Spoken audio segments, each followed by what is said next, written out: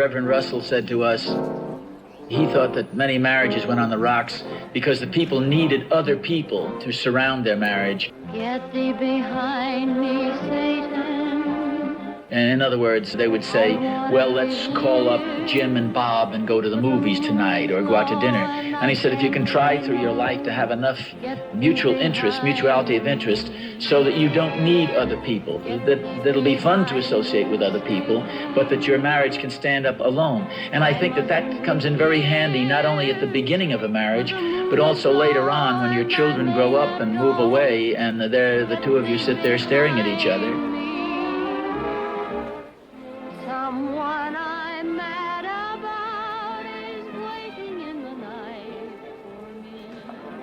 Ozzie and Harriet were married in Hackensack, New Jersey on October 8, 1935. Shortly after, Harriet left for Hollywood. She was supporting actress to Ginger Rogers and Fred Astaire and followed the fleet. The pay was $1,500 per week. Connie, this is Kitty Collins. Kitty Collins, this is my sister. How do you do? Hiya. Do you, fix her up? Well, I'll do what I can, Sherry. Uh-oh, I've got to go on. I'll be back after the number. Remember the old saying, clothes make the man. Do you have to wear these? Oh, no, I just wear them to impress my pupils. I'll bet they're impressed. The film featured small appearances by two future stars, Betty Grable and Lucille Ball. Lucy and Harriet shared the screen. Hello. How was heaven when you left? Tell me, little boy, did you get a whistle or a baseball bat with that suit?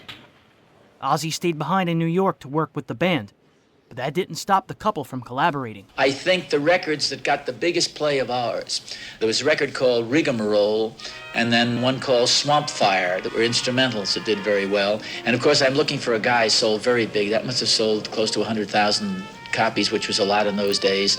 When Harriet was out here, this was about 1936, somewhere thereabouts. She did a song called Roses in December that George Jessel wrote that she did in a picture movie for RKO. And to my knowledge, it's the first time that this was done. For our record, we made the background in New York and shipped the platter out to the West Coast. And she sang over our record.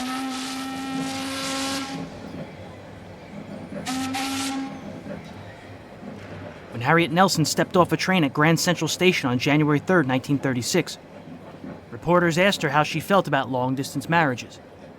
"They're bunk," she said. "Nobody shows a profit but the telephone company." She was staying home to start a family. Follow the Fleet opened to smash reviews on February 20, 1936. Harriet Nelson was hailed as a new star. The couple rented a beautiful apartment on the Upper East Side in Manhattan, while Ozzie signed with the Music Corporation of America. Radio had begun to permeate every aspect of American life. Ozzie Nelson and his orchestra had become a household name. And Harriet was now pregnant. David Oswald Nelson, the couple's first child, was born on October 24, 1936 at Doctors Hospital in Manhattan. But Harriet would soon be forced to leave David's side. RKO had her report to Hollywood in January. She was to film Life of the Party and the New Faces of 1937.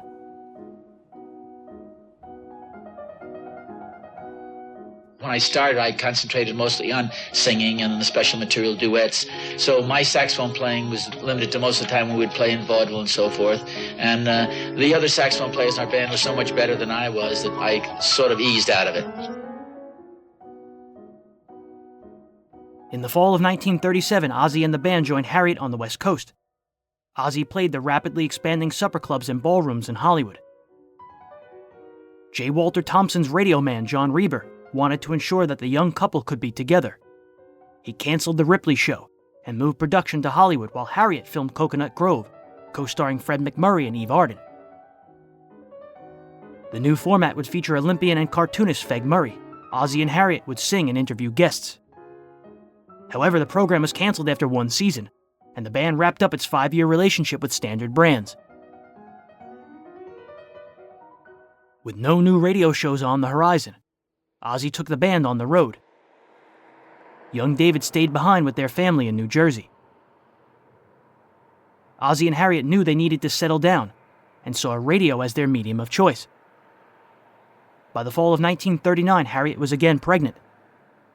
While in the Midwest on May 8, 1940, Ozzie was sitting in his dressing room between shows when he received a call from his older brother Al. Harriet had given birth to their second child, a boy. Ozzie didn't get to see him until May 12th. They named him Eric Hilliard Nelson,